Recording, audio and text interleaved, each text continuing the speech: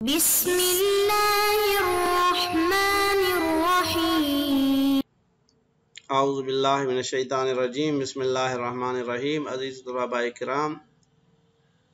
اصل فی العبادات تعبدی ہونا یا توسلی، مصنف نے فرمایا تھا کہ اس اصل کو بیان کرنے سے پہلے کچھ مقدمات کو ذکر کرتے ہیں۔ ان میں سے جو تیسرا مقدمہ ہے وہ حقیقت میں پہلے مبحث کے اوپر جو ہے وہ ایک طرح کی تبصرہ ہے اور اس کا نتیجہ ہے۔ کہتے ہیں کہ امر ثانی میں ہم نے جو بیان کیا کہ قصد قربت کو جو ہے نا آپ مامور بھی میں شرعن اخذ نہیں کر سکتے، تو اب اس سے جو ہے وہ نتیجہ یہ نکلتا ہے کہ اگر مامور بھی مطلق ہو، صیغہ امر جو ہے وہ مطلق آ جائے،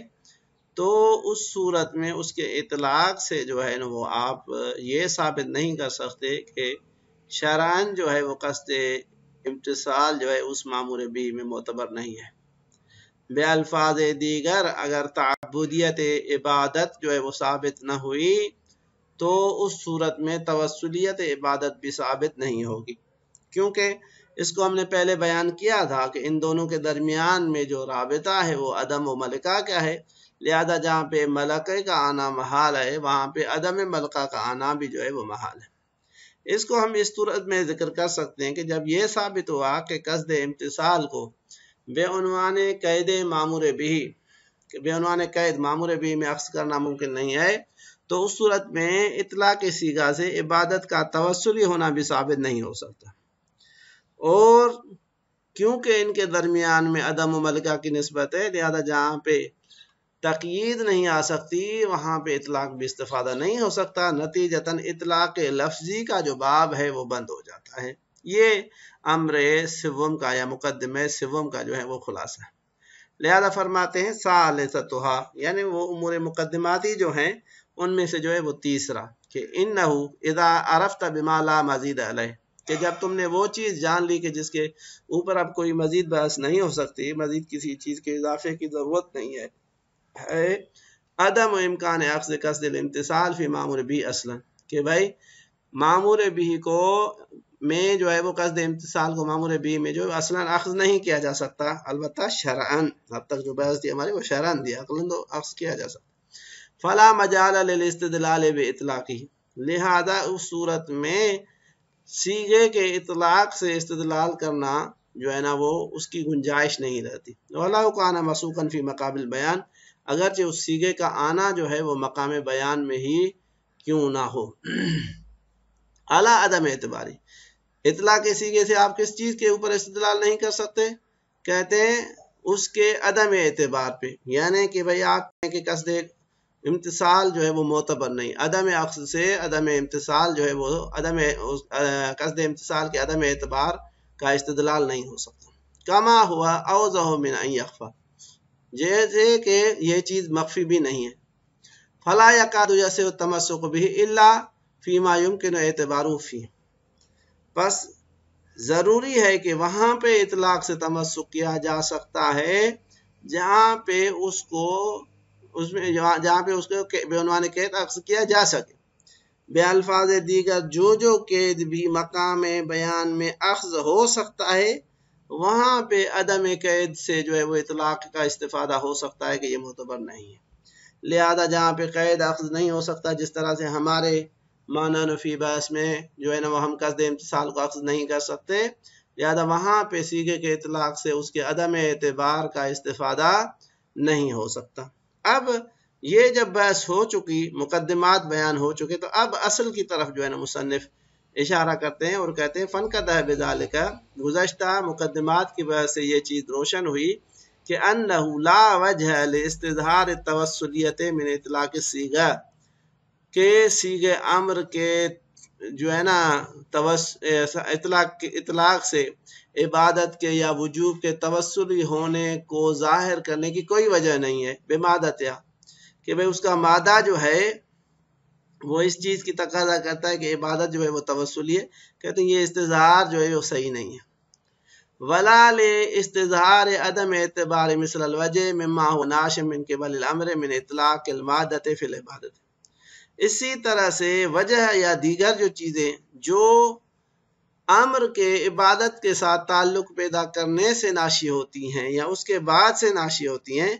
ان کو بھی اطلاق مادہ سے جو ہے نا وہ اظہار نہیں کر سکتے، لو شک فی اعتبار فی، اگر وجہ یا ان جیسی دوسری چیزوں کے معتبر ہونے میں، عبادت میں معتبر ہونے کے بارے میں شک ہو جائے۔ لہذا یہ استظہار صحیح نہیں ہے، کیونکہ ہم نے بتایا کہ جب وہاں پہ عنوان قید ان کو اخذ کرنا ممکن نہیں ہے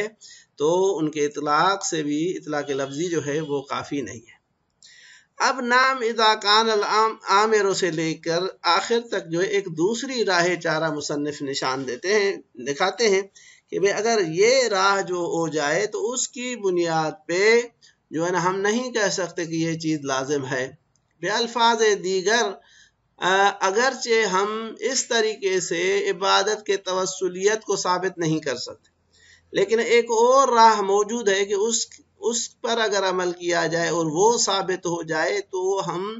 اطلاق سے جو ہے وہ صیغے کے اطلاق سے ہم توسلیت عبادت کو ثابت کر سکتے ہیں۔ لہذا فرماتے ہیں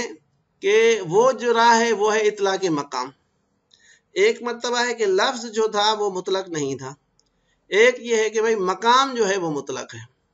ایک مرتبہ لفظ کے اطلاق سے جو ہے نا وہ ہم یہ ثابت کریں کہ یہ چیز معتبر نہیں ہے، ایک یہ ہے کہ مقام کا جو اطلاق ہے وہ یہ۔ اب مقام کا اطلاق یہ ہے کہ بھائی اگر ہم کہیں کہ مولا کی غرض میں اور اس کے حصول میں اگر مولا کو یہ معلوم ہے کہ بھئی یہ چیز میرے غرض میں شامل ہے اور محض عبادت جب تک وہ مثال کے طور پہ قصد قربت کے ساتھ نہ ہو میری غرض کو تامین نہیں کرتی، اور مولا مقام بیان میں بھی ہے، تو اس صورت میں اگر وہ اس کی غرض میں شامل ہے اس چیز کے اوپر دلالت اور قرینہ نصب نہ کرے کہ بھئی میری غرض میں یہ چیز بھی شامل ہے، تو یہ قرینہ نصب نہ کرنا اور دلیل نصب نہ کرنا یہ خود دلیل ہوگی اس چیز کے اوپر کہ وہ چیز غرض مولا میں داخل نہیں ہے۔ لہذا ہم نے اس کو اس طرح سے بیان کیا کہ اگرچہ صیغے کے اطلاق سے عبادت کا توسلی ہونا ثابت نہیں ہوا، جس کو ہم اطلاق لفظی کہتے ہیں، یہ اطلاق لفظی جو ہے وہ توسلی ثابت کرنے کے لیے کافی نہیں ہوا، لیکن اگر فرض کیا جائے کہ مولا اپنی غرض میں شامل تمام امور کو بیان کرنا چاہتا ہے، چاہے وہ امور متعلق امر میں شامل نہ بھی ہوں، اور اس کے باوجود اس مقام بیان پہ ہونے کے باوجود مولا اپنے جو غرض میں شامل چیزیں تھیں ان کے اوپر کوئی دلیل یا قرینہ نصب نہ کرے، تو یہ خود دلیل ہوگی کہ وہ چیز جس کے بارے میں ہم احتمال دیتے تھے کہ یہ مولا کی غرض میں شامل ہے، وہ اس کے غرض میں اس کا نہ ہونا شامل ہو جاتا ہے۔ بس یہ کہلاتا ہے اطلاق مقام۔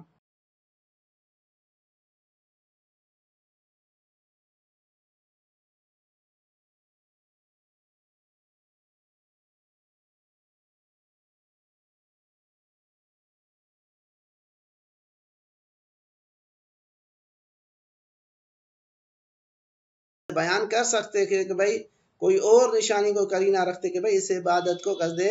قربت کے ساتھ انجام دیں، بھئی اگر ذکر نہیں کیا تو معلوم ہوتا ہے کہ وہ مولا کی غرض میں شامل نہیں ہے۔ لہذا فرماتے ہیں نام اذا کان الامر فی مقام، اگر امر جو ہے وہ اس جگہ پہ، اذا کان الامر فی مقام بصدد بیان قصد بیان تمام ما له دخل فی حصول غرض، کہ جب عامر جو ہو وہ ایسے مقام پہ ہو کہ جہاں پہ وہ اپنے غرض میں شامل تمام ان چیزوں کو بیان کرنا چاہتا ہے۔ اذا کان الامر فی مقام بصدد بیان تمام ما له دخل فی حصول غرض، کہ جہاں پہ وہ ان تمام چیزوں کو بیان کرنا چاہ رہا ہے کہ جو اس کے حصول غرض میں جو ہے وہ دخالت رکھتی ہیں۔ وَإِن لَمْ يَكُنْ لَهُ دَخْلٌ فِي مُتَعلِقِ أَمْرِهِ، اگرچہ وہ امور جو ان کی غرض میں شامل تھے مولا کے وہ متعلق امر کے اندر دخالت نہ رکھتی ہو، جیسے قصد امتثال جو ہے وہ متعلق امر میں تو دخالت نہیں رکھتا، لیکن جو ہے وہ ہم کہہ سکتے ہیں کہ بھائی وہ غرض مولا میں تو شامل ہے۔ وَمَعَهُ سَكَتَ فِي الْمَقَامِ، لیکن اس کے باوجود جو ہے وہ ساکت رہا۔ وَلَمْ يَنْسِبْ دلالت علی دخل قصد الامتثال فی حصولی، اور مولا نے ایسی کوئی قرینہ کوئی دلیل جو ہے وہ نصب نہ کیا کہ بھئی قصد امتثال جو ہے میرے غرض کے حصول میں لازمی ہے، کانا قرینۃ علی عدم دخلی فی غرضی، تو یہ اس چیز کی نشانی ہوگی کہ یہ چیز جو ہے وہ مولا کی غرض میں شامل نہیں ہے، کیونکہ اگر شامل ہوتی تو مولا بیان کرتا، وَإِلَّا لَكَانَ سُقُوطُ نَقْضًا لَهُ، اور اس صورت میں جب وہ چیز ان کی غرض میں داخل بھی تھی اور اس کے باوجود مولا نے وہاں پہ سقوط کو اختیار کیا ہے، تو حقیقت میں یہ اپنی ہی غرض کو توڑنا ہے، نقض غرض یہاں پہ لازم آتی ہے، اور یہ نقض غرض جو ہے یہ مولا کے جو ہے نقض کے مقام کے حساب سے مناسب نہیں، وخلاف الحکمت ہے، اور خلاف حکمت بھی ہے۔ فلا بد عند الشک وعدم احراز هذا المقام من الرجوع الى ما يقتضي الاصل، اب اگر یہ اطلاق مقام ثابت ہوا تو اس کے مطابق تو عبادت توسلی ہو جائے، لیکن جب شک کیا جائے اور یہ اطلاق مقام جو ہے وہ محرز نہ ہو تو اس صورت میں کیا کیا جائے؟ کہتے ہیں اس صورت میں بنا رجوع ضروری ہے کہ رجوع کیا جائے الی ما یقتضیہ الاصل ویستقل بہ العقل، کہ وہاں پہ اصل جو ہے وہ کس چیز کی جو ہے متقاضی ہے، وہ کس چیز کی تقاضا کرتی ہے، تو اس کے اوپر جو ہے وہ عمل کرنا چاہیے۔ لہذا خلاصہ یہ ہوا کہ اگر اطلاق لفظی سے آپ توسلی تک نہ پہنچے تو اس صورت میں اگر اطلاق مقام جو ہے وہ تام ہے، مقدمات حکمت جو ہے وہ اس حساب سے اطلاق مقام کے حساب سے اگر کامل ہیں تو وہاں پہ عبادت کی جو ہے نا وہ توسلیت ثابت ہو جاتی ہے۔ ہاں البتہ اگر اطلاق لفظی کی طرح اطلاق مقام بھی ثابت نہ ہوا تو اس صورت میں جو اصل کی طرف جو ہے نا وہ رجوع کیا جائے گا۔ اب سوال یہ ہے کہ اطلاق مقام کے عدم اعراض کی صورت میں جس اصل عملی کے اوپر عمل کیا جائے وہ اصل کیا ہونا چاہیے؟ اصالت براعت ہونی چاہیے یا اصالت احتیاط ہونا چاہیے؟ مصنف کہتے ہیں کہ یہاں پہ اصل عملی جو ہے وہ احتیاط ہوگی،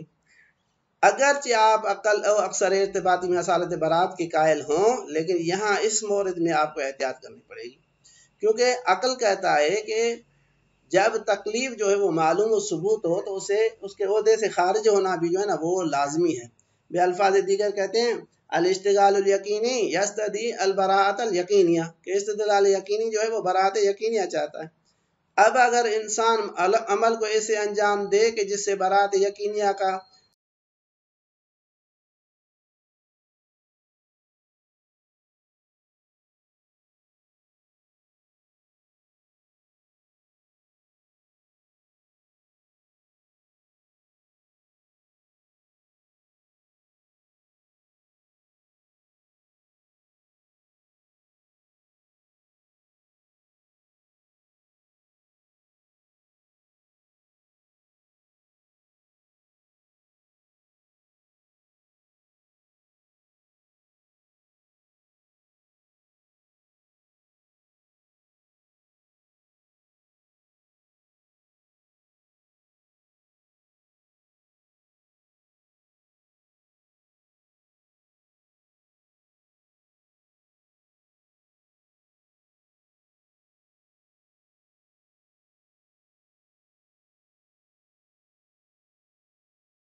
عقل والاکثر الارتباطی ہے۔ آگے چل کے بیان کریں گے جب دوران بین عقل و اکثر ارتباطی ہو تو وہاں پہ بعض لوگ اشتغال کے قائل ہیں، بعض لوگ جو ہے برات کے قائل ہیں۔ کہتے ہیں اگرچہ آپ وہاں پہ برات کے قائل ہوں لیکن پھر بھی آپ کو یہاں پہ جو ہے وہ اصالت احتیاط کا قائل ہونا پڑے گا۔ وذالک لأن الشک ہاہنا فی الخروج عن عہدۃ التکلیف المعلوم، کیونکہ یہاں پہ جو شک ہے آپ کو وہ اس چیز میں ہے کہ ایک چیز جو تکلیف ہے اس کا آنا جب معلوم ہے، حتمی ہے ہمارے ذمے، تو اس سے خروج بھی جو ہے اس میں جو جب شک ہو تو یہ اس کے صورت میں یہاں پہ شک جو ہے اس کے تکلیف کے خروج میں شک ہے۔ ما استقلال العقل بلزوم الخروج منها، دوسری طرف سے عقل کہتا ہے کہ جب آپ کے اوپر تکلیف حتمی آ گئی ہے تو اس سے خروج بھی آپ کا لازمی ہے۔ فلا يكون العقاب مع الشك وعدم اعراض الخروج عقابا بلا بیان، اس صورت میں جو عقاب ہے جو شک اور عدم اعراض خروج کے صورت میں ہمارے لیے مولا کی جانب سے آئے تو وہ عقاب جو ہے وہ بلا بیان بھی نہیں ہوگا۔ والمؤاخذۃ علیہ بلا بحران، اور اگر مولا ہم سے مؤاخذہ کرنا چاہے کہ بھائی آپ نے عمل کو ایسے کیوں انجام دیا جب جس کے صورت میں آپ کو شک ہوا کہ پتہ نہیں امر ہم سے ساقط ہوا ہے نہیں، تو پھر آپ نے اس کو کیوں اس طرح سے انجام دیا، تو یہ مؤاخذہ بھی بدون دلیل نہیں ہوگا۔ کیوں؟ کہتے ہیں ضرورت انہ بالعلم بالتکلیف تصح المؤاخذۃ علی المخالفہ، کہ جب علم بالتکلیف ہے ہمارے لیے قطعی تو مخالفت پہ جو مؤاخذہ ہے صحیح ہے۔ وعدم خروج عن العہدۃ، اور عہدۂ تکلیف سے خارج نہ ہونے کی وجہ سے مواخذہ بھی صحیح ہے۔ لو اتفق عدم الخروج عنها بمجرد الموافقت بلا قصد القربت، اگر جو یہ تکلیف ہے اس صورت میں جو اتفاق یعنی اس صورت میں جو خروج ہے، یہ خروج جو ہے ہمیں یقین ہو کہ ہم عہدۂ تکلیف سے خارج نہیں ہوئے فقط فعل کے انجام دینے سے بلا قصد القربت، جب ہم اس کو قصد قربت کے بغیر انجام دیں۔ وَهَكَذَا الْحَالُ فِي كُلِّ مَا شُكَّ دَخْلُهُ فِي الطَّاعَةِ، اور اسی طرح سے حال ہے ہر اس عبادت میں کہ ہر اس امر کے بارے میں جس کے بارے میں ہم شک کریں کہ یہ عبادت میں داخل ہے اور اطاعت میں اس کا جو دخول لازمی ہے، اور اگر اس کو انجام نہ دے تو ایسے ہے جیسے کل عبادت کو انجام نہ دیا، تو عقل کہتی ہے کہ اس کو حتماً انجام دے تاکہ آپ کو عہدۂ تکلیف سے خروج کا علم۔ والخروج به عن العہدۃ، اور اس کے ذریعے سے عہدۂ تکلیف سے انسان خارج ہو، مما لا يمكن اعتباره في المامور به كالوجه والتمییز، یعنی ایسی چیز کہ اس کا ظاہراً مامور به میں اعتبار جو ہے وہ ممکن نہ ہو، لیکن عقل کہے کہ اس کو انجام دینا ضروری ہے، تو اس کو انسان کو انجام دینا چاہیے، جیسے وجہ اور تمییز۔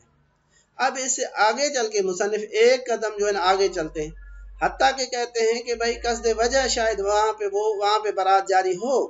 لیکن یہاں پہ جو ہے نا وہ برات جو ہے نا وہ جاری نہیں ہو سکتی۔ لہذا یہ کہ بھائی قصد وجہ کیوں معتبر نہیں ہے اور قصد امتثال کیوں معتبر نہیں ہے، کہتے ایک فرق ہے